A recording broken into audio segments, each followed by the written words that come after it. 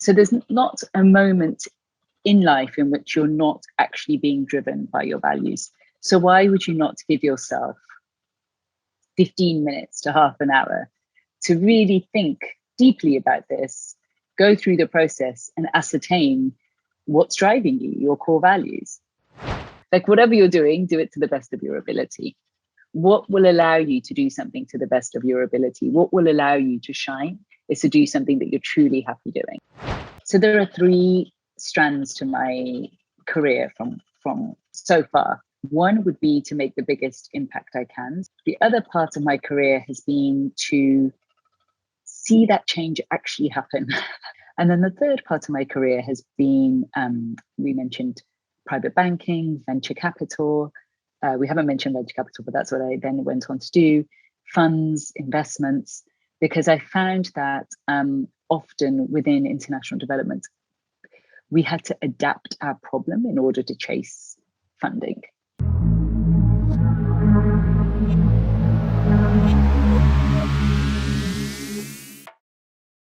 Hello, welcome to another episode of Inspired Pod with myself, Karan Kang. We bring you the best interviews with leading business people, entrepreneurs, and professionals in their industry.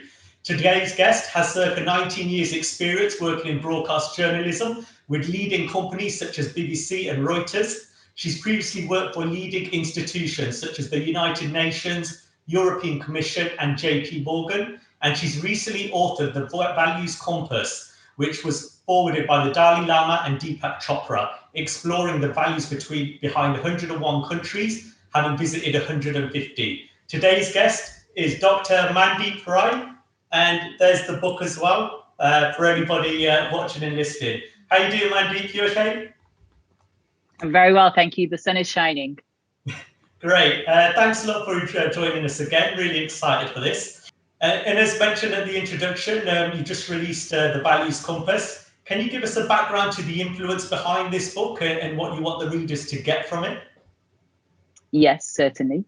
It's a business leadership book, and it's a book that helps you in every single stage of your career or life. So, for example, if you're a millennial and you're thinking about what path you want to take in life, and you're uncertain as to which path would be the most fulfilling, or even of your definition of success, it helps you pinpoint to what matters to you most. But we need that type of thought process or analysis, no matter what stage we're in. So, for example, let's say you're starting a business.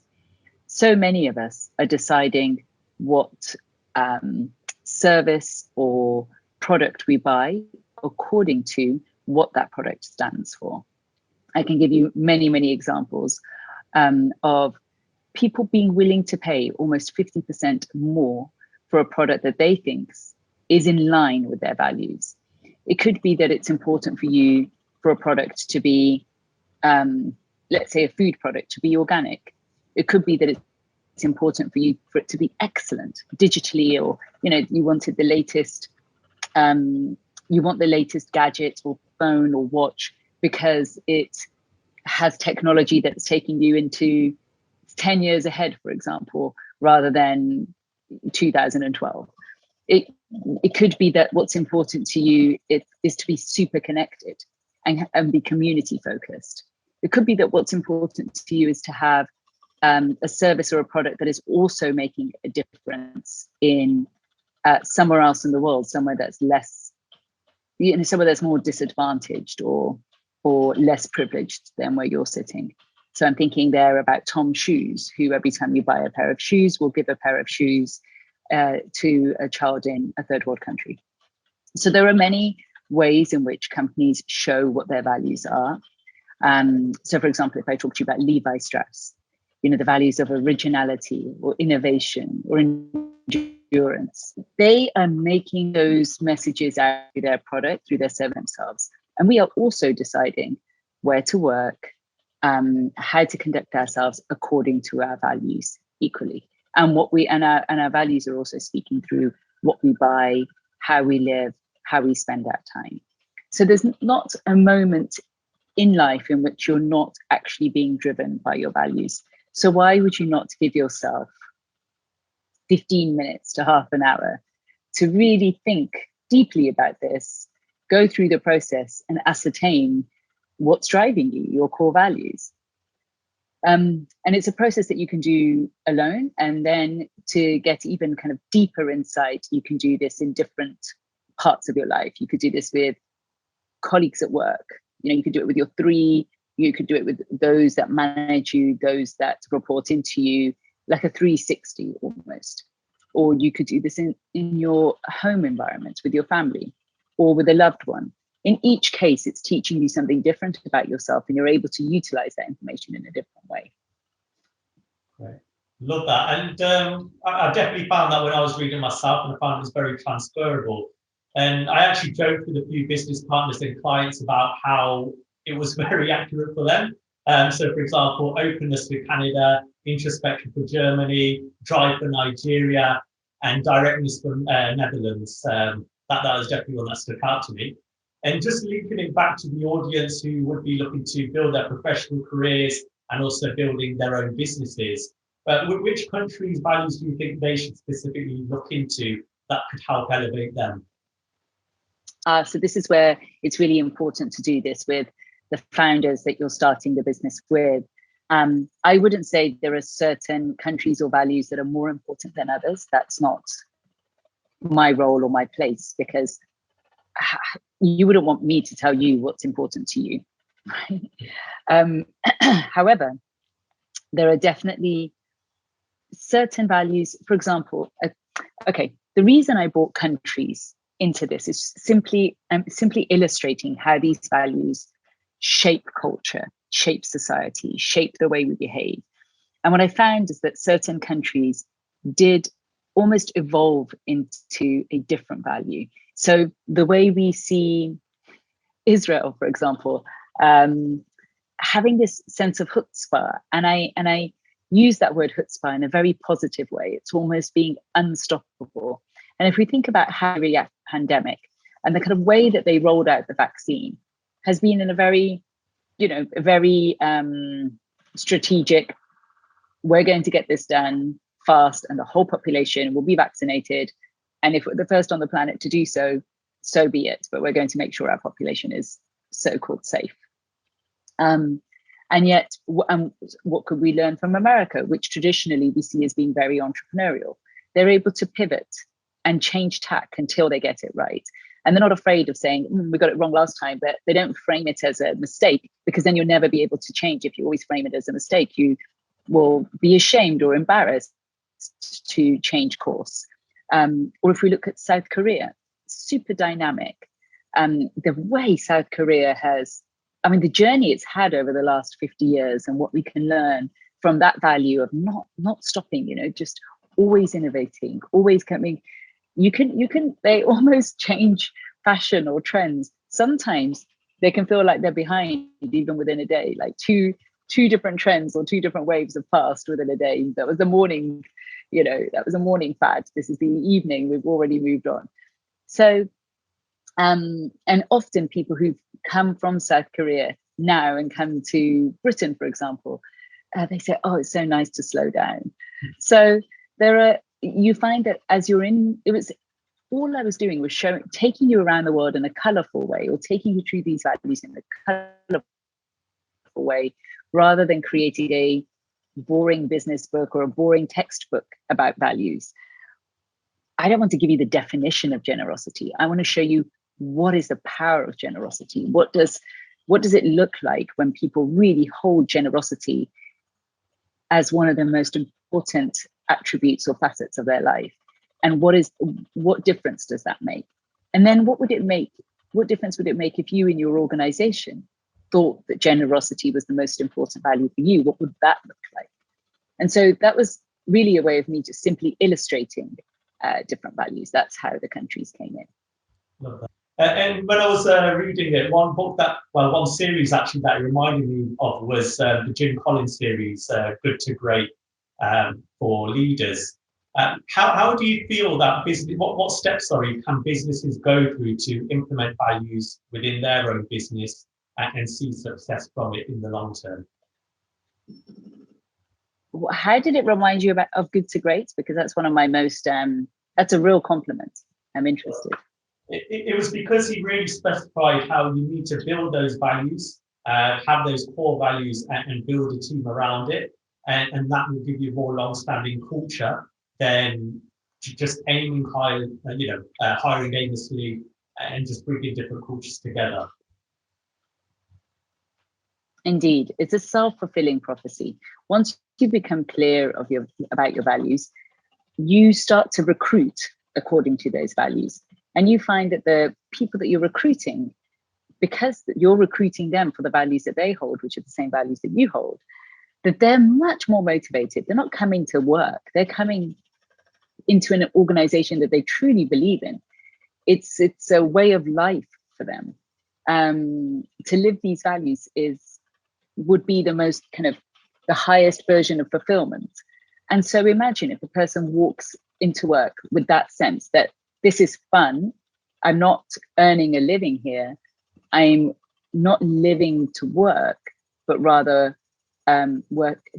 Actually, I wouldn't even use living to work or working to live in this case. I would use the fact that they bring in 250% of themselves in because they're working for something much greater and they believe in it and they wouldn't want to be doing anything else. So if you can just see the power of values just from that statement. You can see why it's a step change from good to great. And if each of your team members come in with that type of philosophy, then imagine where you'd be. I also find that when you take a little bit of time to talk to your employees, so I do a few things. I not only look at how to get to your core values, but also what are the values that people are holding within your team and how could we appreciate them? So I hold these workshops. And within these workshops or retreat days or in this period, we can do this virtually over Zoom, you're able to ascertain the values of your team members. And because all of these values are positive, inherently, they're virtues almost. If someone reflects to you your greatest strength, then how differently do you feel about working with those people? They're seeing the best in you and they're able to see your inner genius almost. I'm not saying that lightly. I mean, it is the attribute for which you are thanked most. It is the trait that, it's your superpower.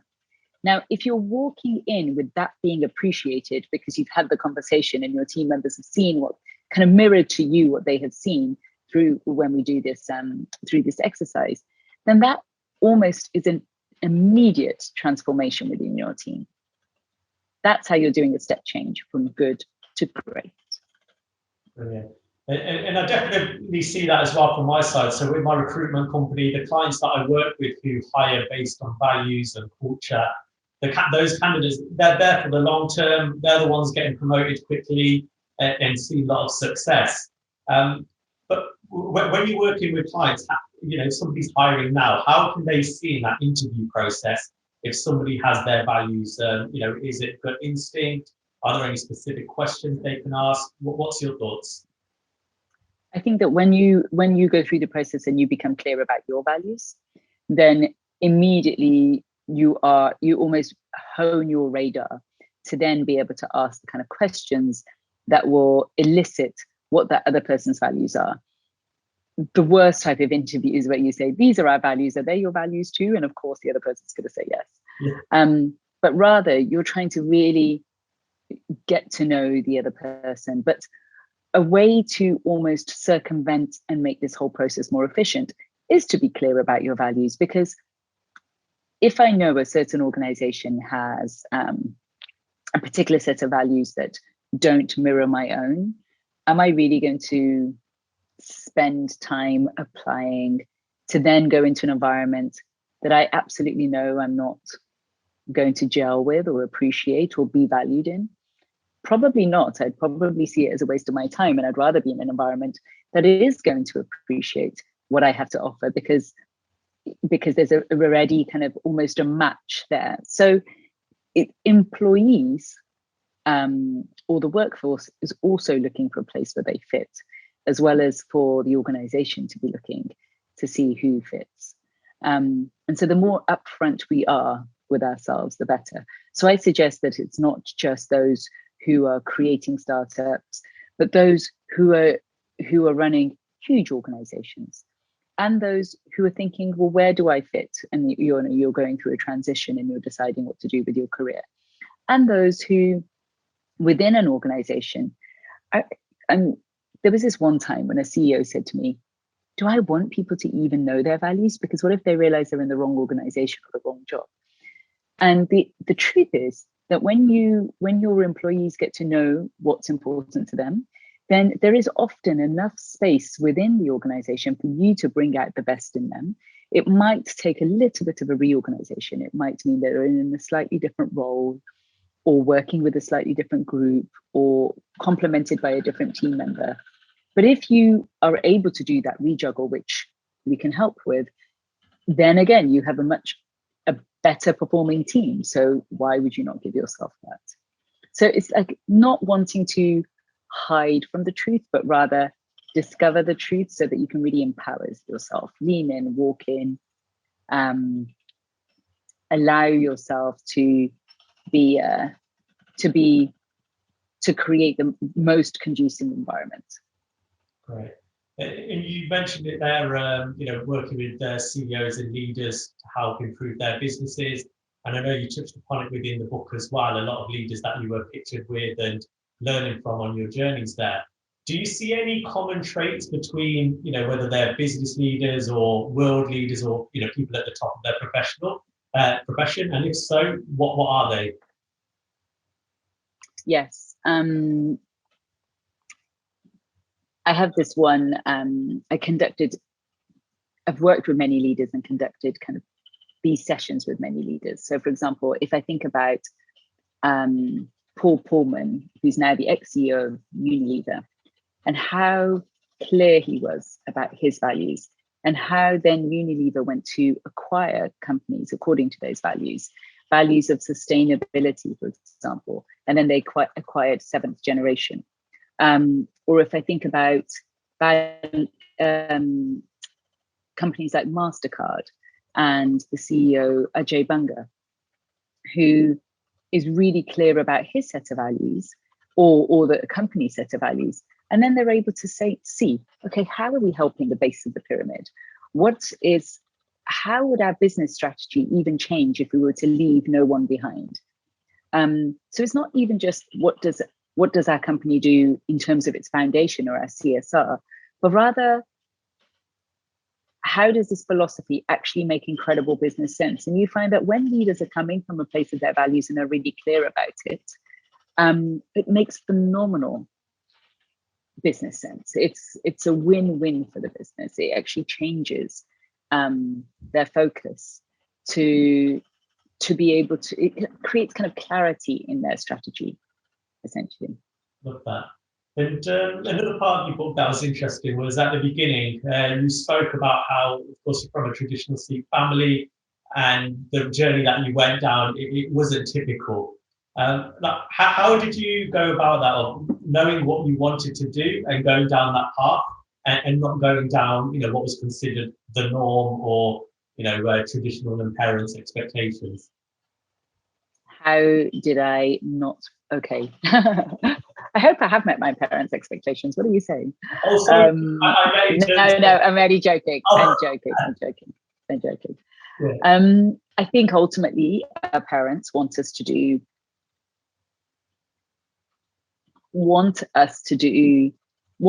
thrive in whatever we choose.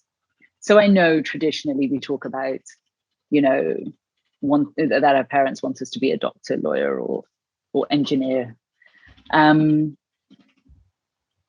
I think that actually, if you're at the top of your game, whatever you're doing, they're super happy, right? They're not going to say, oh, he's a lecturer, he bummed out, or he created Tony and Guy, and is a hairdresser. Not at all. Like, whatever you're doing, do it to the best of your ability. What will allow you to do something to the best of your ability? What will allow you to shine is to do something that you're truly happy doing. So I think it just takes a candid, not one conversation, but probably many conversations. In my case, I pivoted. I always had a reason for taking the job I did, but knew that I needed to that for me to thrive, I needed to feel truly fulfilled. So, for example, I started my career at JP Morgan in private banking. And I took that job really gratefully because it allowed me to earn enough to live in London, to be independent, to make the most of my skill set, dealing with people, relationships, had the languages. I was in the French-Italian team. So I could see myself fitting there. But ultimately, what am I doing? I am making very rich people richer.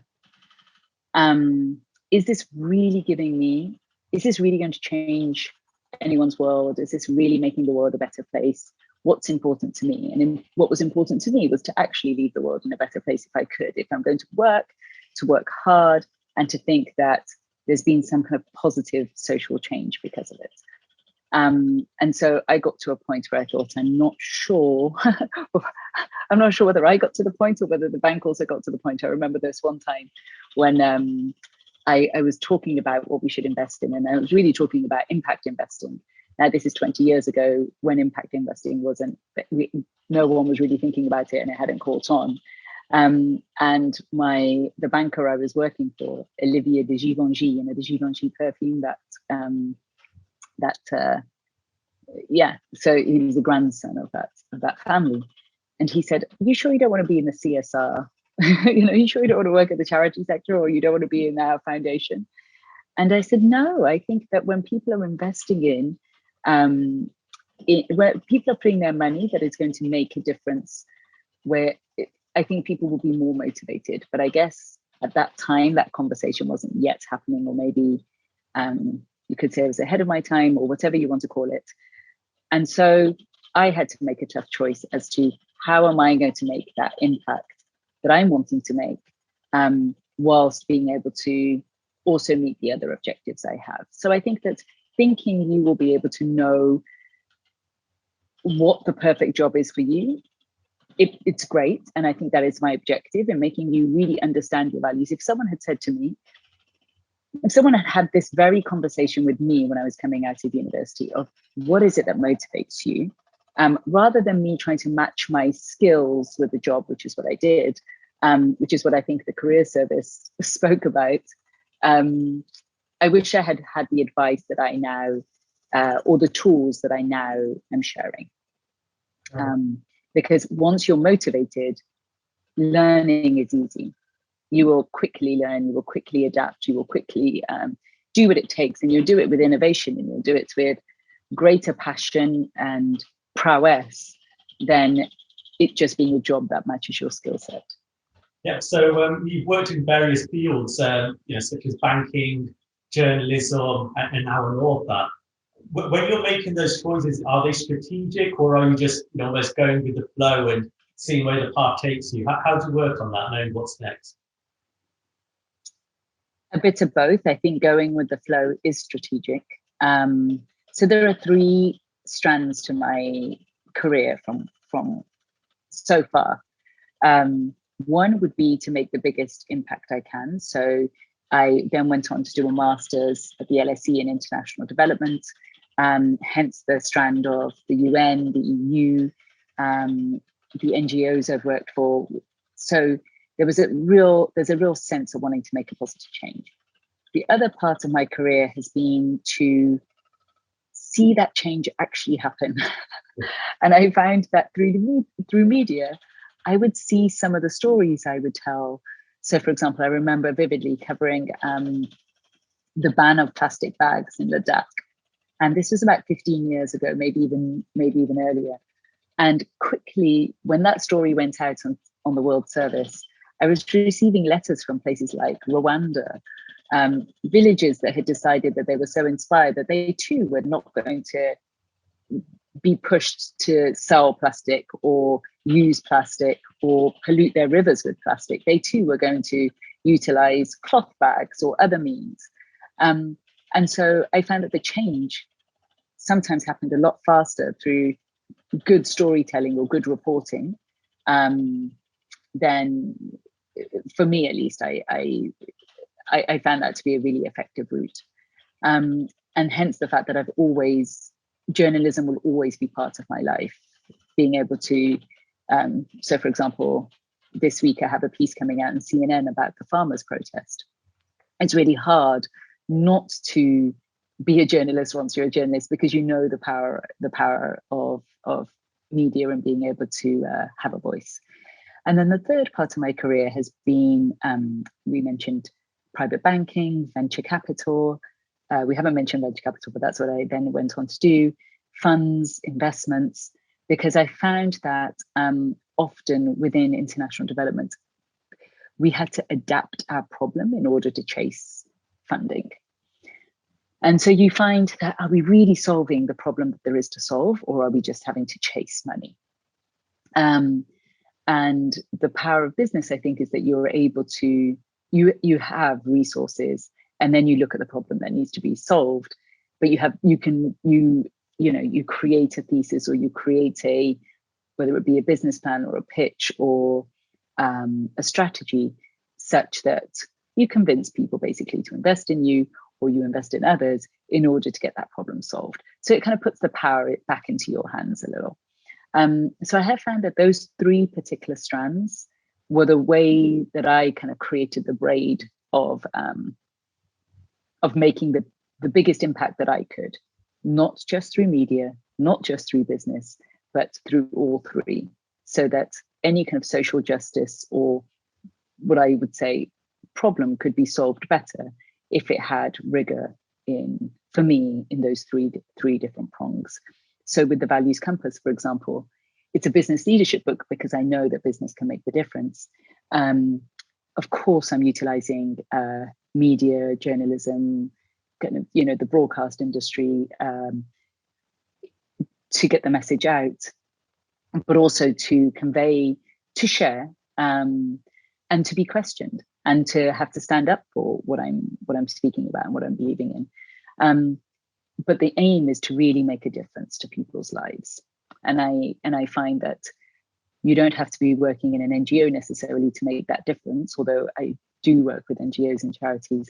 I think it's about being able to, in this case, I have this message I think is appropriate for all types of organizations. Schools, when schools come from a place of their values, it's transformational.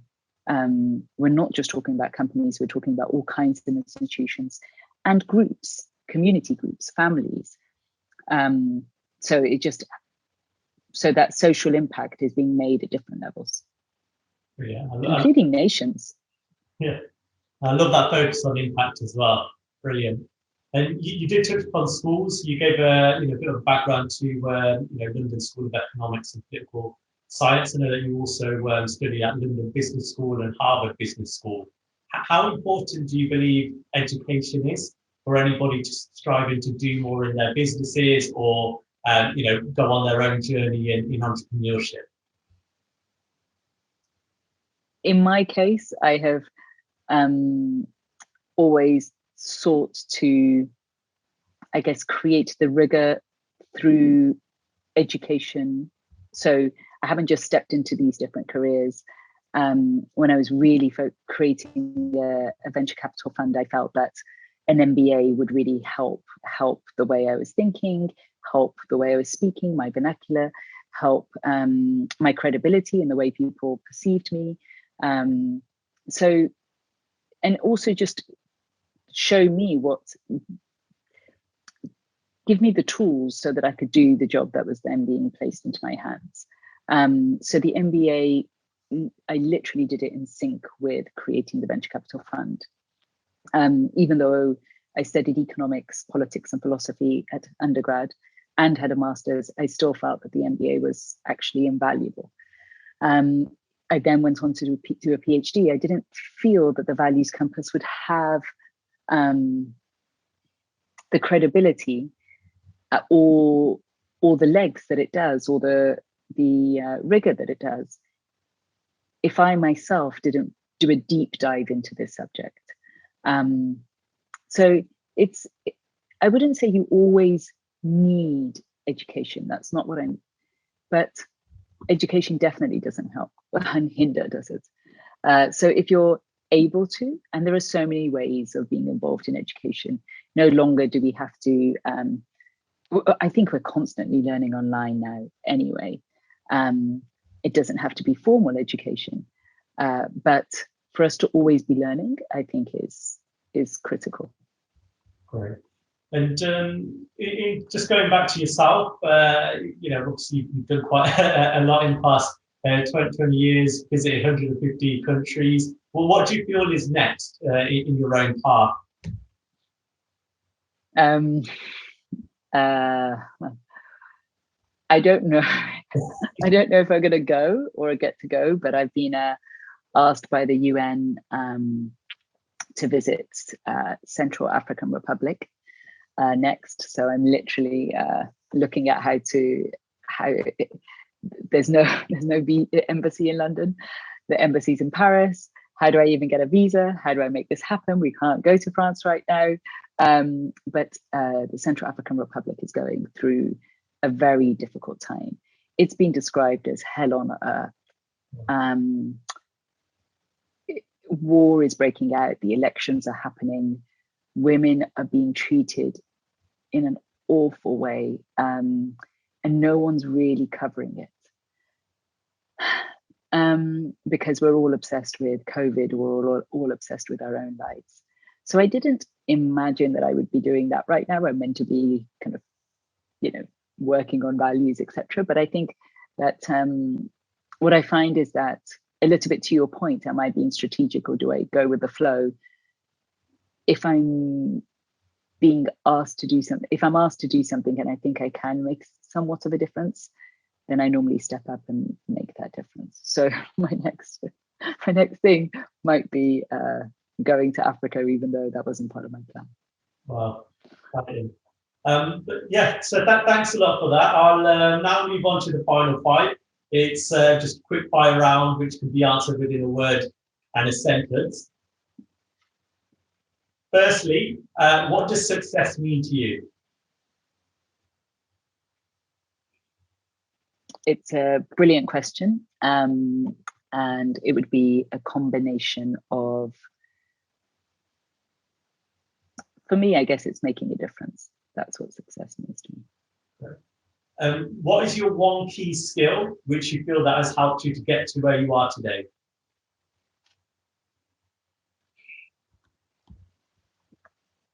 I'm not sure I always do this well, but it would be a combination of listening and not listening.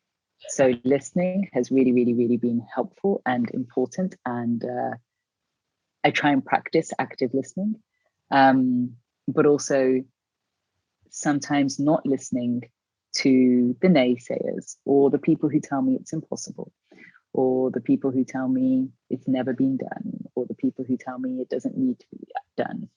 So it's a bit of both. Mm-hmm. And would you advise people to follow the money or follow their passion? You already know the answer to that, so yeah. I'm not even going to answer that. What would you say is your purpose? I think it's similar to number 1, the service. Yeah. Right. And you mentioned in your book to identify 5 values for yourself. What would you say your 5 values are? Can I give? Okay. Freedom, family, giving, like whether it be impact or service, fun or excitement, and community. Brilliant. And for anybody listening or watching, if they want to follow your work online or also purchase your book, where can they go to do that? Well, Amazon clearly rules the world, so Amazon, but also any local bookshop will soon be out of lockdown and that'll all be possible. It is available everywhere and anywhere in the world. It's been distributed worldwide. It's been distributed into different languages also. It's coming out in Japanese for the Olympics. Yeah, so there shouldn't be anywhere that you can't get it, essentially. I have a website also, www.mandeep-rai.com.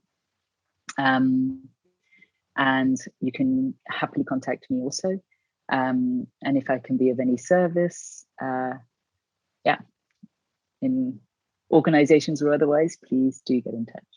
Great. Thank you so much, Mandeep. And to everybody listening and watching, thanks again for another episode. And remember to share, like, subscribe, and give us any comments. Bye.